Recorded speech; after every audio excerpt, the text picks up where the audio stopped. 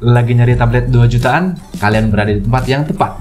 Di sini gue akan merekomendasikan tablet yang terjangkau dan bisa kalian andalkan mulai dari baca-baca sampai dengan multimedia entertainment. Untuk kondisinya sendiri kebanyakan gue rekomendasiin baru, walaupun ada beberapa kondisinya bekas. Tapi jangan khawatir karena opsinya banyak, tinggal kalian sesuaikan dengan kebutuhan dan selera kalian aja. Dan gak lupa link pembeliannya gue cantumkan di deskripsi agar kalian gak susah-susah nyari lagi.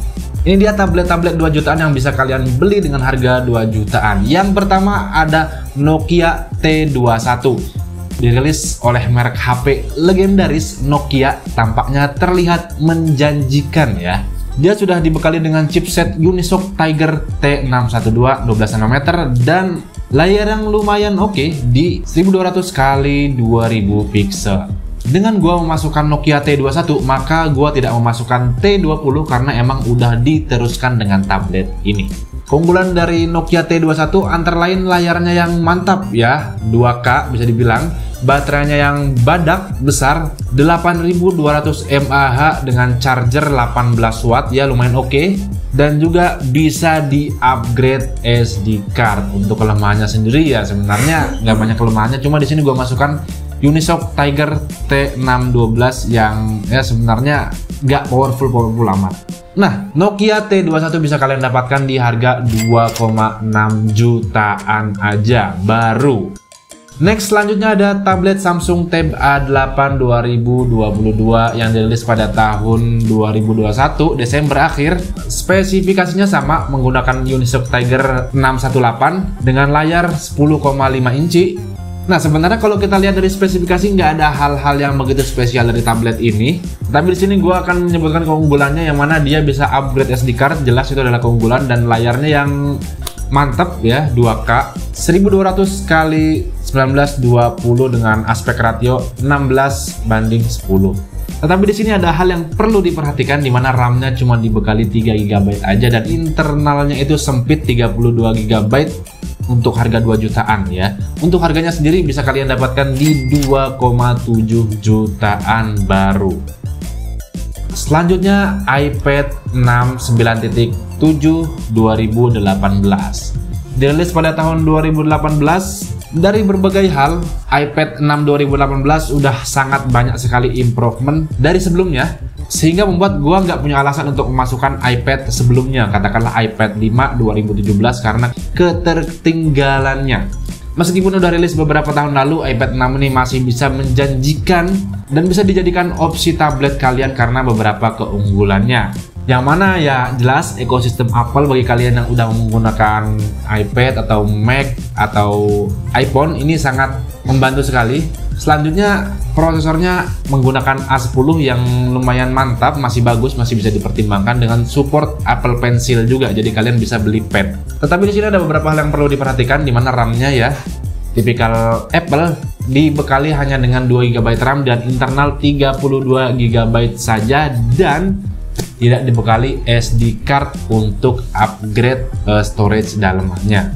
Selanjutnya masa dukungan softwarenya udah berhenti dan juga masih pakai Lightning. Ini sebenarnya ada beberapa perbedaan pendapat tentang Lightning ini, tapi menurut gue ini adalah kekurangan. Dan kondisinya bekas ya.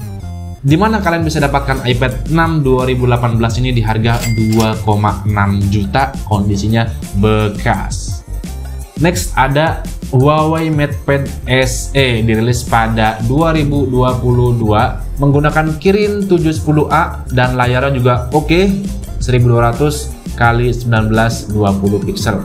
Berbicara tentang device Huawei, pasti nggak lepas dari momok besar, yaitu absennya GMS atau Google Mobile Service.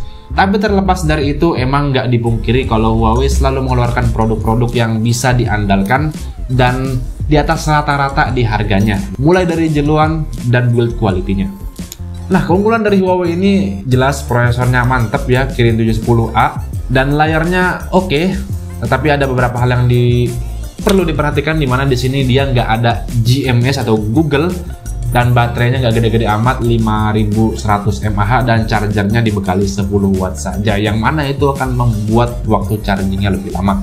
Harga yang ditawarkan kondisi baru ada di 2,5 jutaan. Next, ada Advan XV Lite, rilis pada 2023, masih baru ya, Mei. Chipsetnya sama kayak sebelum-sebelumnya, Tiger 618, yang pada awalnya gue nggak terlalu melirik tablet ini, tetapi setelah melihat secara full picture ya, Advan XV Lite ini menawarkan spesifikasi yang menurut gue menarik, dimana keunggulannya ada di pertama, RAM-nya 6 GB, terus internalnya 128 GB ditambah SD card bisa di-upgrade, dan dia udah dibekali dual SIM.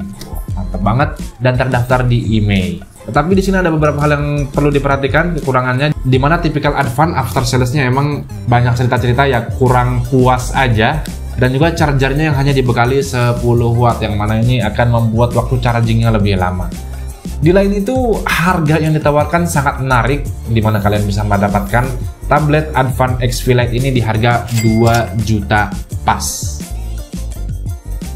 Selanjutnya, Lenovo Xiaoxin Pad 2022. Tanggal rilisnya tentu 2022, menggunakan Snapdragon 680, ini oke.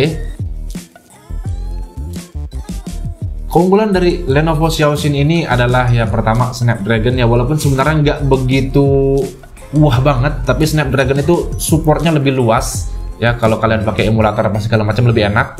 RAM-nya 6 GB dan internal 128 GB di harga ini, dan chargernya juga dibekali 20 watt yang pasti ngecasnya akan lebih cepat daripada tablet yang lain.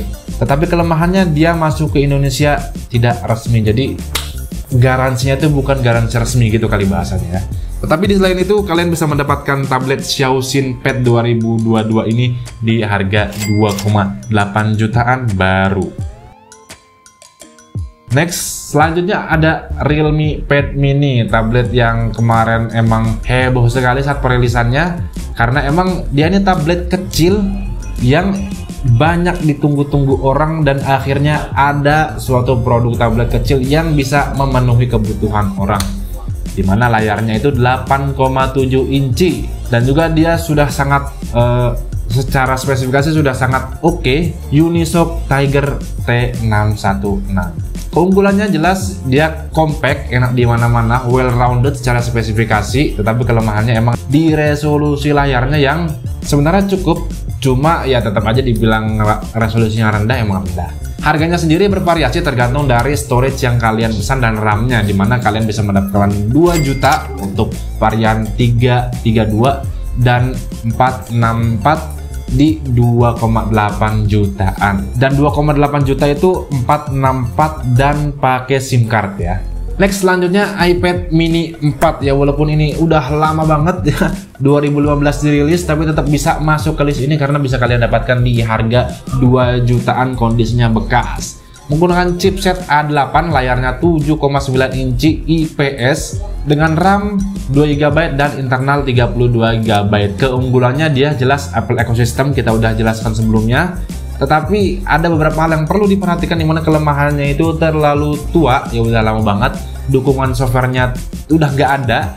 Habis itu dia pakai Lightning, dan ditambah lagi 2 jutaan ini kalian dapat kondisinya bekas ya, karena kalian nggak bisa dapatkan barunya. Harganya sendiri ada di 2 jutaan ya, 2 juta mungkin lebih dikit, kondisinya bekas.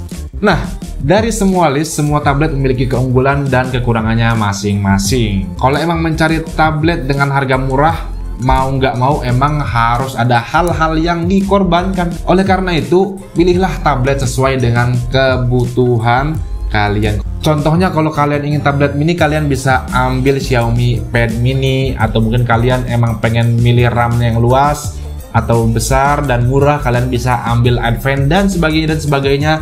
Yang pasti kalian sesuaikan dengan kebutuhan kalian, karena semuanya harganya 2 juta. Ya, itu dia rekomendasi tablet 2 jutaan dari Gonam Tech ya. Kalau kalian suka videonya, boleh kalian like videonya, kalian share ke teman-teman kalian, biar teman-teman kalian tahu kalau ada ternyata rekomendasi tablet 2 jutaan yang worth it untuk dibeli. Terima kasih sudah menonton Gonam Tech sampai habis, and always see you next time. Wassalam.